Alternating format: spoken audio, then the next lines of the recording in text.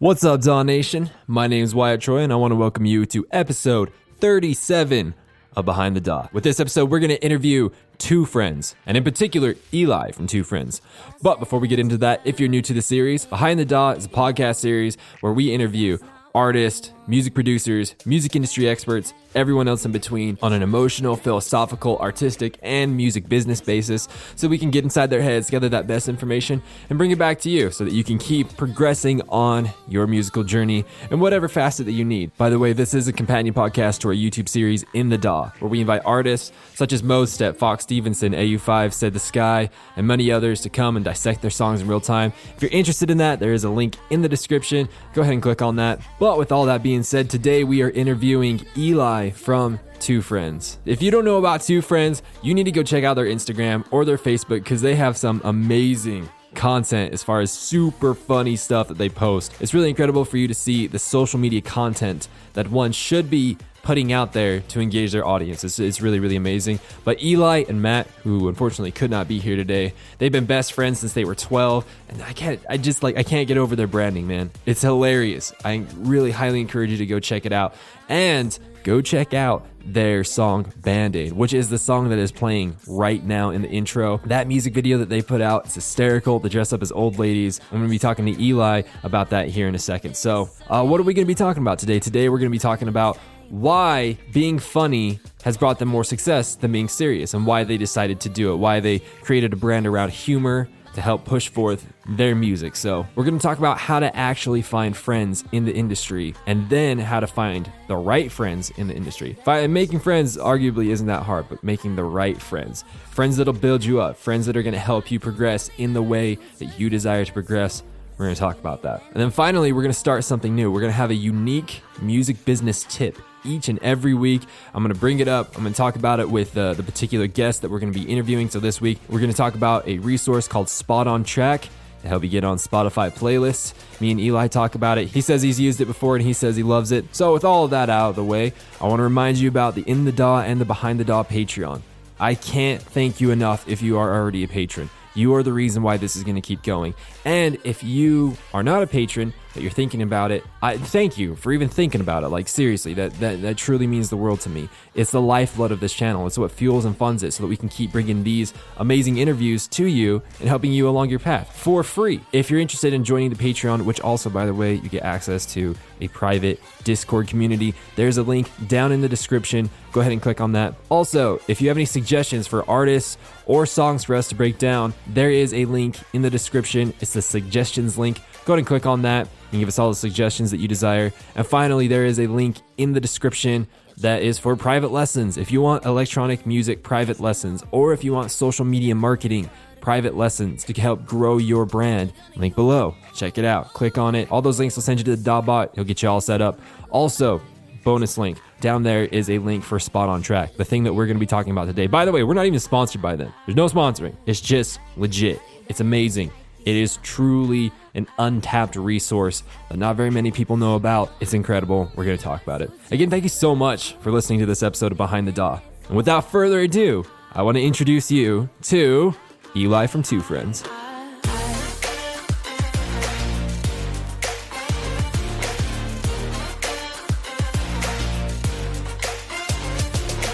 I want to welcome everyone to this week of Behind the DAW. We are honored, we are blessed to be able to meet with the one, the only Eli from Two Friends. How you doing today, man? How's it going? Great to be here. It's been quite a struggle getting you on the show with kids. Not your kids, my kids. Yeah.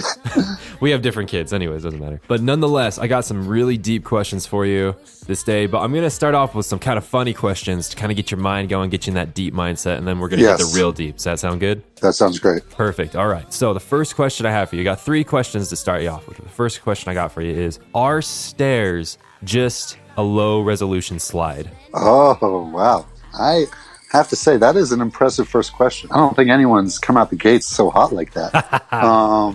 Yes, I'm going to say yes. I love it. If you want to make it a slide, there's nothing stopping you from making it a slide and just going for it at the top of the stairs. And just just as kind of as a bonus question, what would be your favorite thing to go downstairs on to make it a slide? Are you a mattress kind of guy? I'm gonna go old school with just like a little cardboard, little piece of cardboard, just rough it. Why is it socially acceptable for you to sing to yourself, but it is not socially acceptable for you to talk to yourself. Is it socially acceptable to sing to yourself? I think so. Or do you mean like when no one's looking, or even in public? Yeah, I would say in public, because, you know, there's been multiple times I've walked past people and I'm hearing them singing and I'm like, yeah, whatever, that's fine. You know, they're just kind of singing to themselves, you know? That's a good question. That's another one. I don't think I'm the authority to speak on this. Such a deep question. If not you, then who, man? I can't trust anyone else. The last question, and this is the pinnacle question. This is the question that's going to really, really get you in that deep mindset. You ready? Yes. Cool. So if a vampire takes his glasses and he pops out one lens, and in place of that lens, he puts a mirror, so it's facing towards him. Because vampires can't see the reflection, then technically, because he has that lens, it would basically be a rear view mirror, right? He could basically just look behind him. Right. He could see through himself. What? That is genius. Full 360 view. I'm going to let all the vampires I know about this. Yeah. Hurry. Hurry. It's a limited time. Thank you so much for coming on the show this day. You know, I got some really, really good questions for you. To start off with the really deep mindset, let's just get this out of the way, because if we get this out of the way, then it kind of just opens it up for more deep conversation. But what is the most embarrassing moment of your entire life? Like, I want you to get real brutal. And so this is not just limited to music and two friends. It can definitely. I could give you one of each. Perfect. I want one of each. I'll start. The two friends one comes to mind super quick. You know what? It's actually more embarrassing for Matt, but I'm just going to throw him under the bus here. We had a show, I guess it was 2017. So last year we did a little run with Matoma, where we opened up for him for like 5 shows. And they, at the time, they were like some of the biggest venues we had ever played. And so, you know, definitely we were a little nervous going into it. The first one was in Chicago, and then the very next night was in New York City. And that New York City one was at Terminal 5, which I think is like 3,000 people, and Matoma sold it out. So like, it was at that point for sure the biggest show we'd ever done. Matt gets on the mic, and I think what I think happened was he had written down some ideas for like how we should do our introduction and what we should say.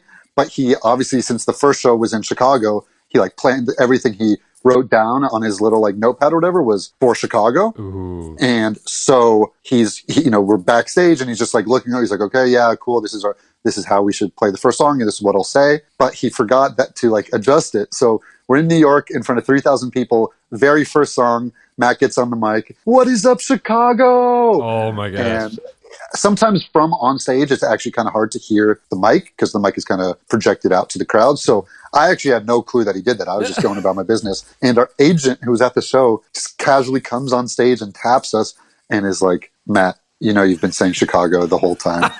And we got some angry messages, which I thought was kind of funny. Like, I hope people realize, like, obviously that was a mistake. I don't think anyone would ever purposely do that to spite you, but people were just like, you don't know, like, New Yorkers, we've been through enough to like deal with this BS. We're obviously sorry, like, it was a mistake. So let me think, what's the most embarrassing I guess, all right, so this one is always a good one for just my personal life. Senior year of high school, in this tournament that, do you know the basketball game Knockout? I don't, but I trust so it exists. It exists. It does exist. It's basically just like a game where you can play with anywhere from like 3 to 10 people, and they're all in a line, and the person in front shoots, and basically if the person behind you makes it before you do, you're out. Oh, okay. Until last man standing. Totally. So I made it to the finals in front of assembly, and this is in front of the whole school, and I was the young, so I guess it wasn't senior, because I know I was the youngest, and the older kids everyone was so nervous. I don't think we all realized that it would just be put us on the spot in front of the whole school, have to play this game. Totally. And so all the older, we were trying to figure out like who goes first, because you're at a huge disadvantage if you go first, because they could just get you out right away and then it's over.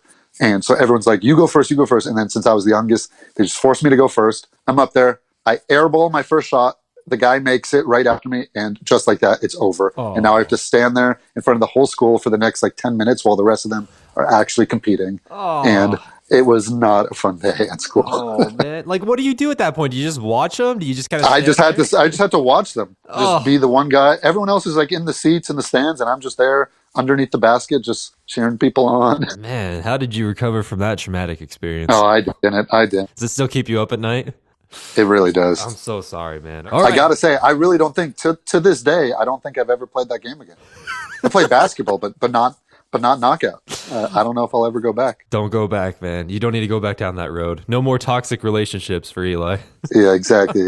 All right, man. So moving on to the next question now that we got that out of the way. What is the most unpopular opinion that you hold? I actually saw one on Twitter the other day that I think I kind of agree with.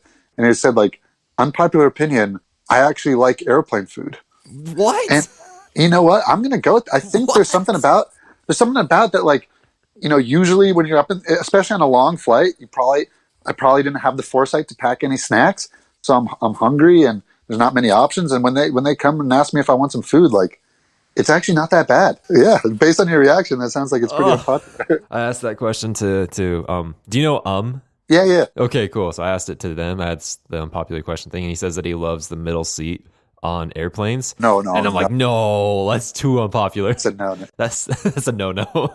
You stop that. Cool, man. So the next question I got for you is, how was it being an old lady? I just watched that before we got in here, and it was freaking amazing, dude. The whole experience overall, very, very fun. The actual sitting in the makeup chair for 3 hours, not the most fun. Oh.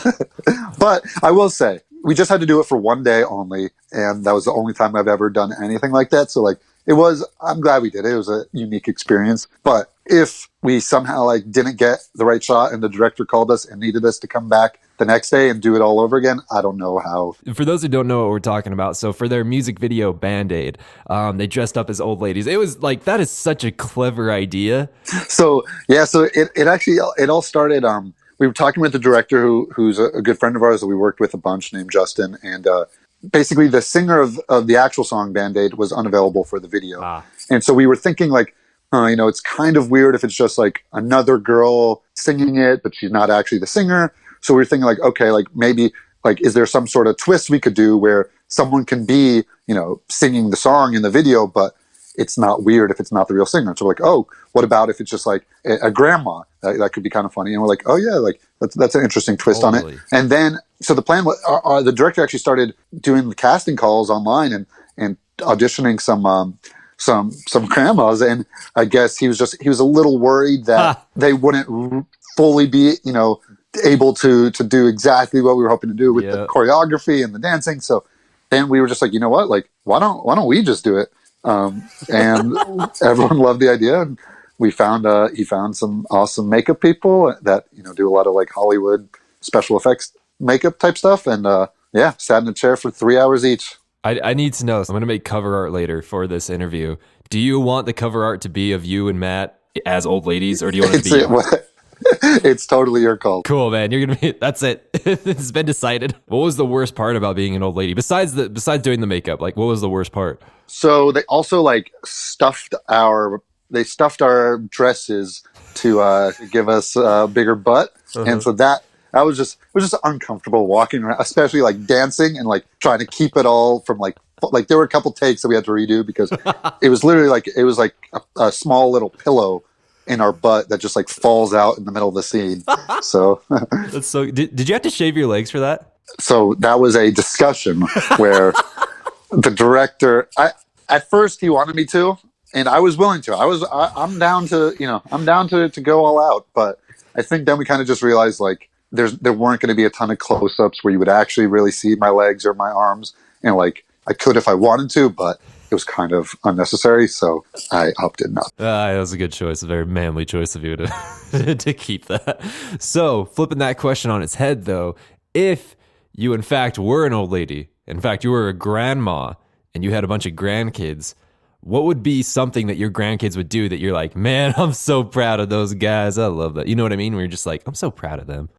That's a good question. You have kids. I don't have kids, so I've never really felt that sense of pride for my offspring. You tell me what's something that your kids do that makes you super. I'm flipping the question onto you. Like, on a real sense, I think what makes me happy with my kids is like when they're sweet. You know what I mean? When they're, like, sweet, right? Like, When they're just nice to other people Yeah, like for, yeah. I remember it's like this one time I was really really sick like 6 months ago, like really sick, like I was in tears, and like my daughter came up to me and she just kind of like hugged me and like petted my shoulder. She's like, "Hey, you okay? I love you." You know, like when it's something like I know it's kind of a funny question, but like that's a sincere answer, is like when they're just so loving. It's Yeah, like, no, I love that. yeah, Yeah. I like that. I like that. Especially when it's kind of just like on their own instead of you kind of asking them to be polite or whatever. Exactly. Compelled to be humble as opposed to choosing to be humble. Yeah, exactly. The music video, and plus you guys' branding, if people haven't seen your Instagram or your Facebook or whatever, I highly encourage people to go check that out, just because like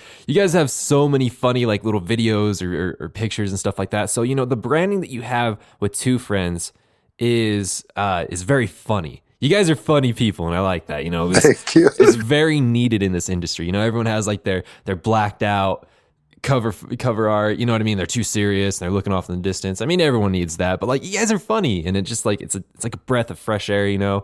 So, what problems have you ran into with being funny? You know, like for example, has there been like a business thing where you had to sit into a meeting? It's kind of funny. Like when we first joined up with our managers that we've been with for now, it's I think close to like 4 years. This was all one of the very first conversations where they were a little worried that we were like too silly.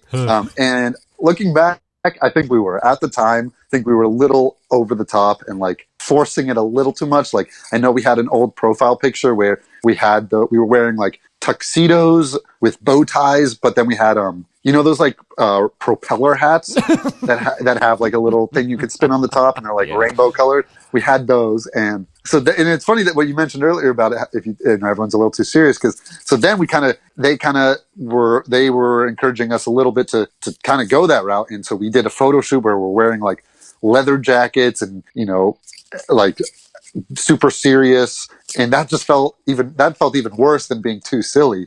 So then you know I think we kind of tried to find that balance of like we don't want to force anything, we don't want to force being too silly, we don't want to force being too serious.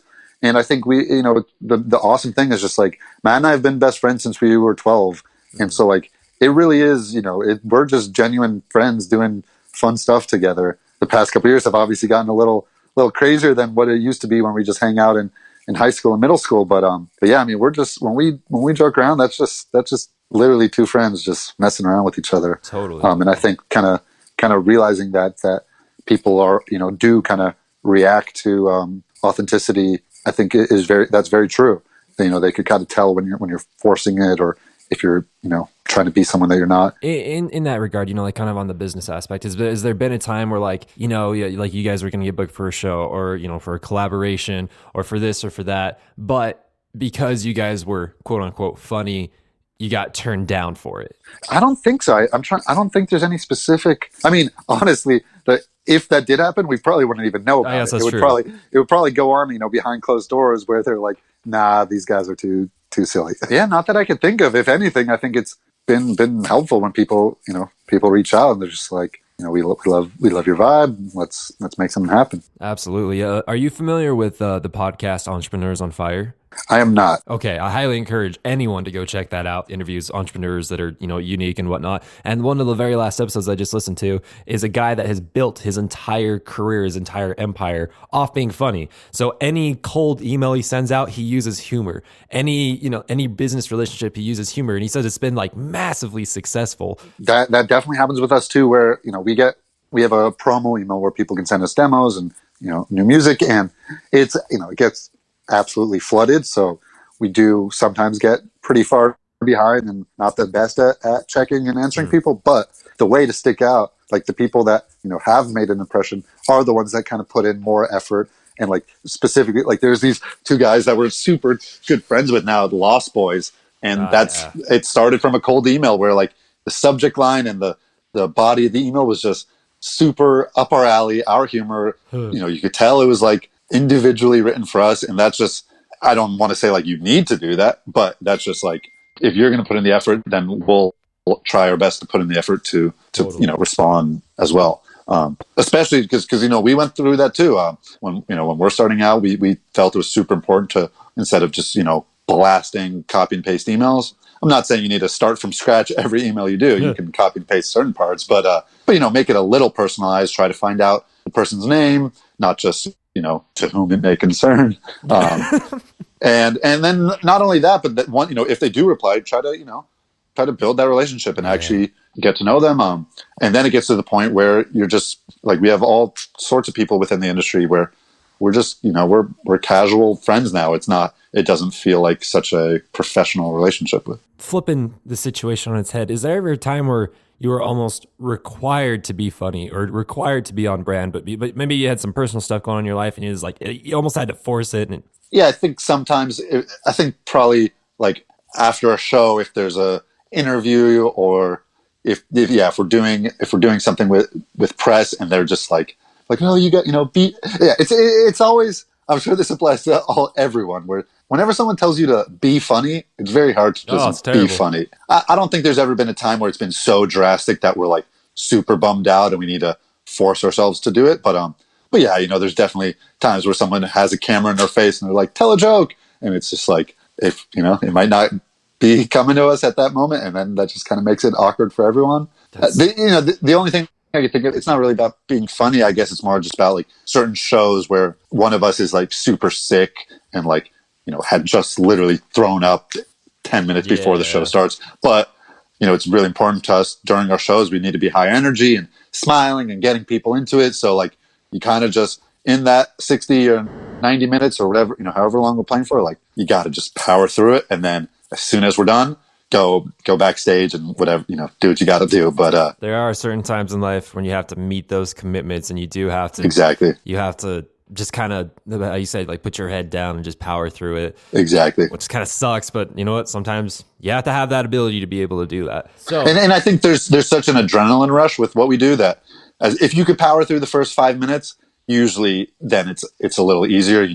Everyone's having fun. The show's going well. You're into it. Like you almost forget what's going on. And then you kind of come back to earth a little bit after. And really quick, we're coming to the middle of the interview right now. So we're going to start doing a new thing where it's I give you a music business tip for the listeners and for you too. Maybe you don't know what I'm about to tell you, Eli. So just so you know what I'm going to recommend right now, I'm not sponsored by in any fashion. So this is just a genuine recommendation. Yeah, recommendation. So there is a website. It's called Spot on Track. You ever heard of that before, Eli? Yes, I'm very familiar. Okay, perfect. So for those who don't know what it is, I'm completely surprised about how many people who don't know what it is. It's amazing. If you want to do really, really well on Spotify, to get a lot of plays, you have to be able to leverage playlists. So what Spot on Track really specializes in is that you can take any song, even your songs, but songs that you're related to, you can go in there, you can type it in, put it in a URL in there, and it will show you what playlist that song is in.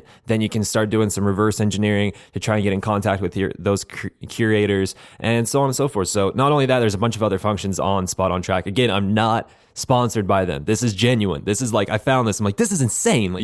Everything you just said, I second that completely. Yeah, super helpful for us. And really quick, before we stop this music business kind of part of it, do you have any really unique business tips for people that are trying to get a lot of plays or out there or whatnot? Yeah, I mean, if we're sticking on the theme of the Spotify playlist, then yeah, exactly what you said, I think is super helpful. A lot of the big playlists, unfortunately, kind of have become pretty hard to like actually reach out and connect on a personal level with the curators, especially the ones that are kind of curated by Spotify employees. Indeed. But there's a lot that are kind of more on the ground level. And yeah, I mean, if you go on Spotify, usually in the description of the playlist, it'll have their name, or a lot of them even can put their email or a way where you could submit. And even if you think that, this playlist only has 1,000 followers, that's not going to really move the needle at all. What is important is just literally the number of playlists you're in is a big factor in Spotify's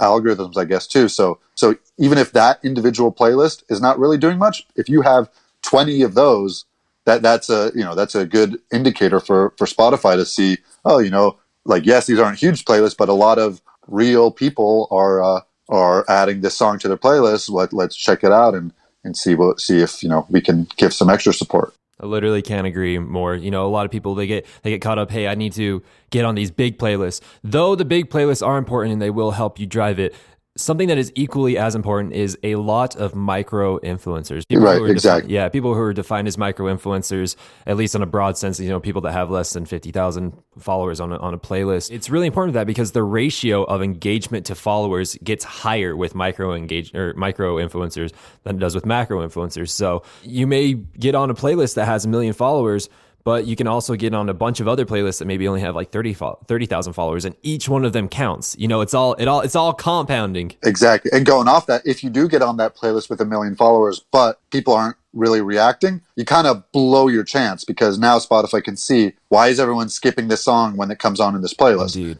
That must mean the song is no good. Let's get it out of here. Versus the flip side is, if you get on those, more like, real people playlists, I guess, and people are responding well, then the opposite happens, where they're like, no one's skipping the song. Everyone keeps repeating it or coming back to it or saving it to their library. That must mean if people really like it. Now Exactly. let's throw it in these other ones. Exactly. Eli, thank you for shedding this Spotify wisdom. I know that's on everyone's mind, especially for the last couple of years. So now kind of exiting the music business door and coming back to the kind of the deep thing. So I wanted to talk about, your guys' music, because, if we look at your brand, it's very funny, very humorous, but then, your music isn't necessarily funny. It's more like feel good or emotional, kind of deeper in that sense. So how do you, why do that? Why have the two different feelings, so to say?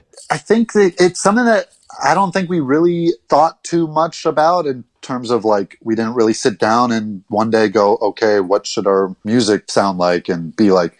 It kind of just is, it's kind of just naturally, when we sit down and start writing, that just kind of tends to end up feeling like that. I think if the songs are too silly, it almost is just a little too gimmicky. Yeah, obviously, yeah, with our like social media and some of our branding, we are funny, but when it comes down to it, we just, the reason we first started was all about the music. A lot of times we'll write about stuff that's very personal to us, or it'll be maybe not necessarily exactly specific to us, but we'll really try to put ourselves in someone else's shoes and write from that perspective. And yeah, I think a lot of what you hear if you listen to our music is just kind of based on what we enjoy ourselves and what we took from all sorts of influences growing up. And it's been cool to see. I think, the best type of feedback to hear is kind of when we can show someone a song, this is really cool. It sounds new and fresh, but there's still that hint of two friends. And for people to pick up on that more and more has been really cool. And I think that's just that's a result of, we write our own songs, and Matt usually is playing guitar in most of them. We work with, we have a couple, we have a saxophonist and a trumpet player that we work with a lot for them. And, the themes we tend to write about end up, kind of fitting in the same universe. So yeah, I think that's just kind of the type of music we like listening to and the type of stories we like to tell. And it kind of just ends up going in that direction. Yeah, so kind of what I picked up from that is basically that, when it came to the branding side and when it came to the music side, you felt that the branding side, you just naturally felt like, hey, we want to exemplify our personalities in the branding side, where it's like, we want to be funny. And then on the music side, you felt like these are the songs of our soul. This is what we want to create. And so naturally, it wasn't planned out. It just happened in a non-toxic, how do I say, just like a natural way, right? It's just, this is you guys. Yeah, no, exactly. And obviously, there's a lot of different facets to every person. So, it's not like we're always in a silly mood. Of course. So speaking of that, you not always being in a silly mood, if you could pick one song that you guys have created that truly exemplifies like your barren, intimate, authentic soul, like like this is like the auditory version of who you truly are, what song or songs would that be? The first one, while you're asking that, the first one that came to mind, honestly, is one that we're just finished up and gonna release in about a month, I want to say. So I don't know when this is getting posted, but it seems like the song will come out at towards the end of November. Got it. And it's called "With My Homies," and yeah, I mean, that you might even be able to tell from the title. That's a song. I don't want to give away too much, but it's kind of just about like the two of us growing up together. With we were in such a close knit group of friends that we still are so tight with them, and luckily, most of them still live in LA, where we live. That's where we all grew up in LA too.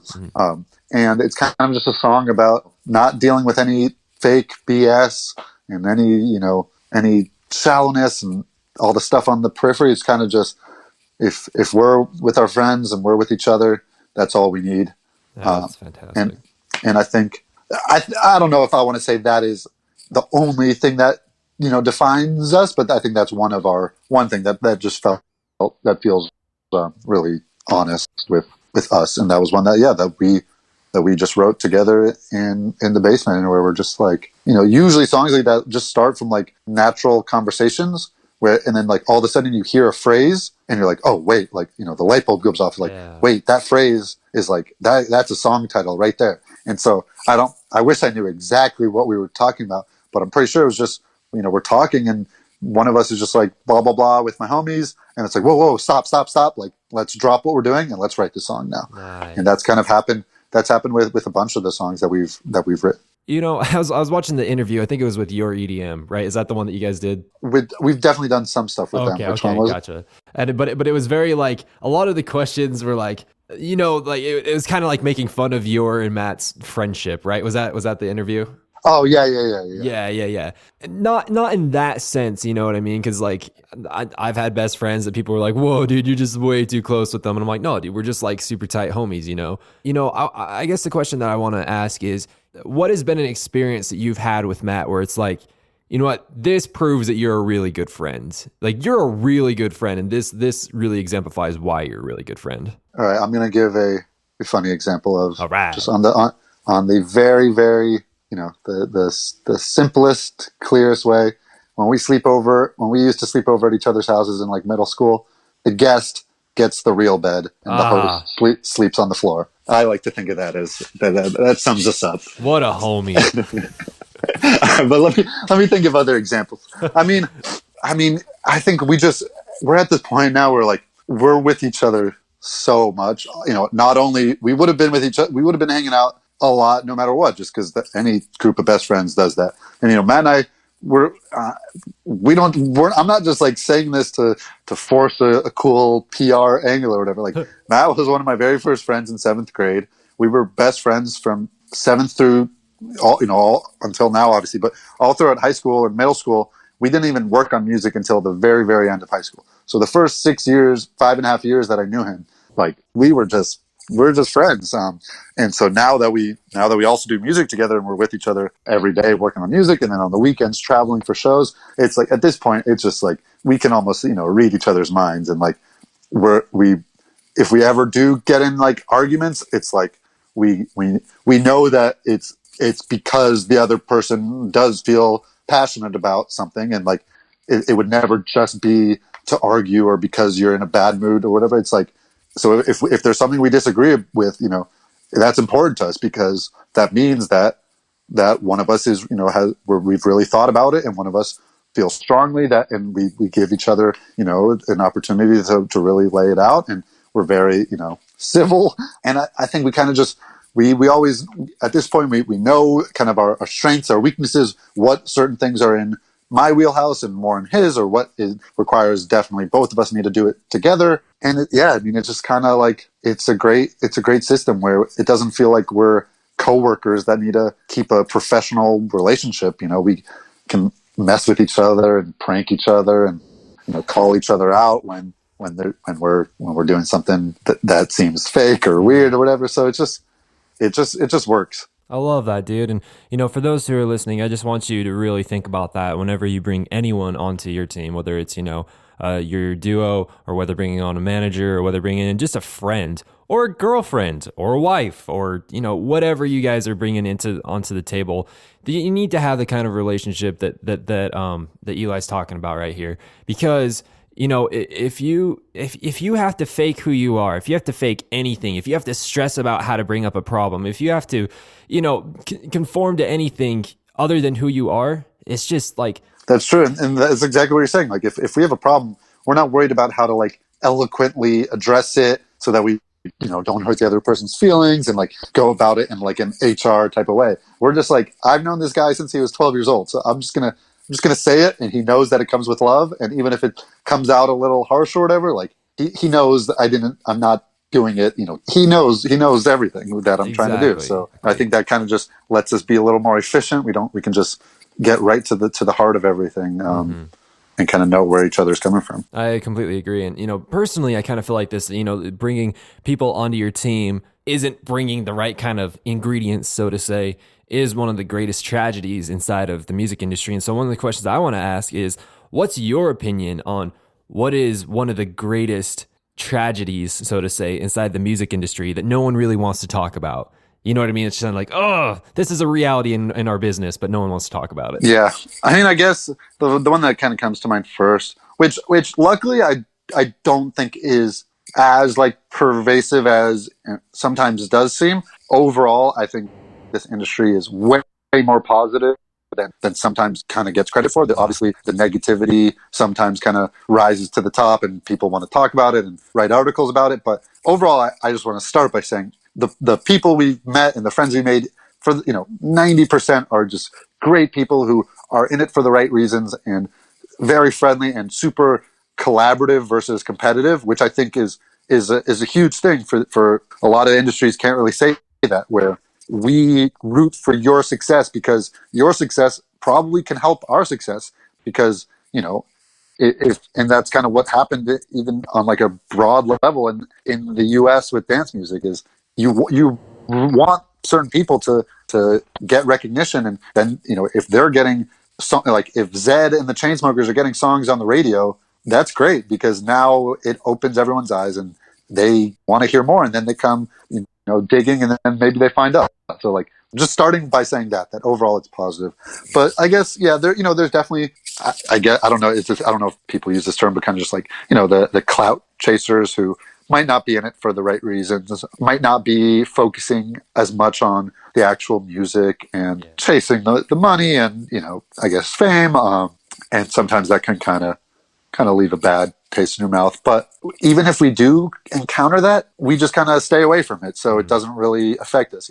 It's pretty obvious if we get introduced to someone in this industry, it's pretty obvious almost right away, like, is this person a nice guy, or are they kind of just aggressive and in it for the wrong reasons? And we just kind of won't really associate ourselves too hard with those type of people, and instead we'll kind of just find the people that we're just kind of naturally attracted to, just because they're fun to hang out with and they have the same goals and same mindset. And like I've said earlier, just there's some really great friends that we've made. They start out as like, oh yeah, this is my music friend, and now it's just, oh yeah, this is my friend. Final question I have for you is, it's gonna have a little bit morbid beginning, but trust me, it's gonna be good. So let's say you're dead.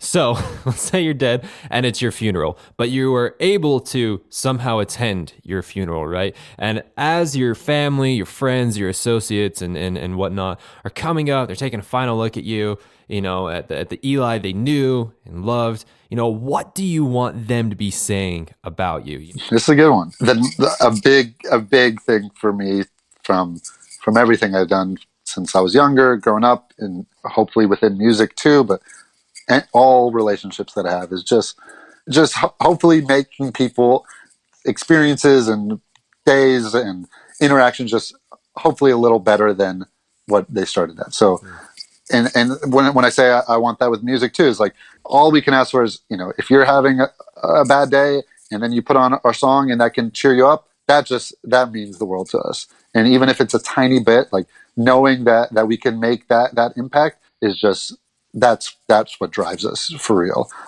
Because everyone's been in that situation, and I know when like I know the certain things that can cheer me up, and like that's just huge to have in your life. And so I think that's with music and just with relationships. If I could go to grab lunch with you, and then that makes it like a fun day for you. That, I know that sounds like just a simple thing, but that's really all I'm trying to do. And I think that's just kind of always in the back of our head when Matt and I are working on music, and when we're playing shows and stuff, is just take a deep breath, realize how lucky we are to be doing what we're doing. And for instance, when we finish a show, rather than dart right back to the green room and go back to the hotel, like, we stick around until the very last person, say hi and get a picture, because we know that, like, to us, what's an extra 5 minutes of hanging around? Yep. But if to them, if grabbing a picture is, if that puts a smile on their face and they're excited and they want to, show their friends and post it on Instagram, like the fact that we can provide even that slightest little bit of joy and of excitement, like that's huge. Perfect, man. Thank you so much for coming on the show. Did you have a good time? I had a great time. Thank you for having me. I wish Matt could be here too. He's been feeling a little under the weather. I'm actually meeting him in Kansas because I'm in New York and he's in LA. But he sends his best. Thank you. And as a final question, would you recommend producers, music industry people, all that kind of stuff, would you recommend Behind the DAW to them? Do you think this is a good resource for them? Would recommend 10 out of 10. 10 out of 10. Oh man, that's good. Perfect. Thank you so much, dude. Well, is there anywhere that you want people to go to partake of your content, anywhere specific like Spotify or iTunes?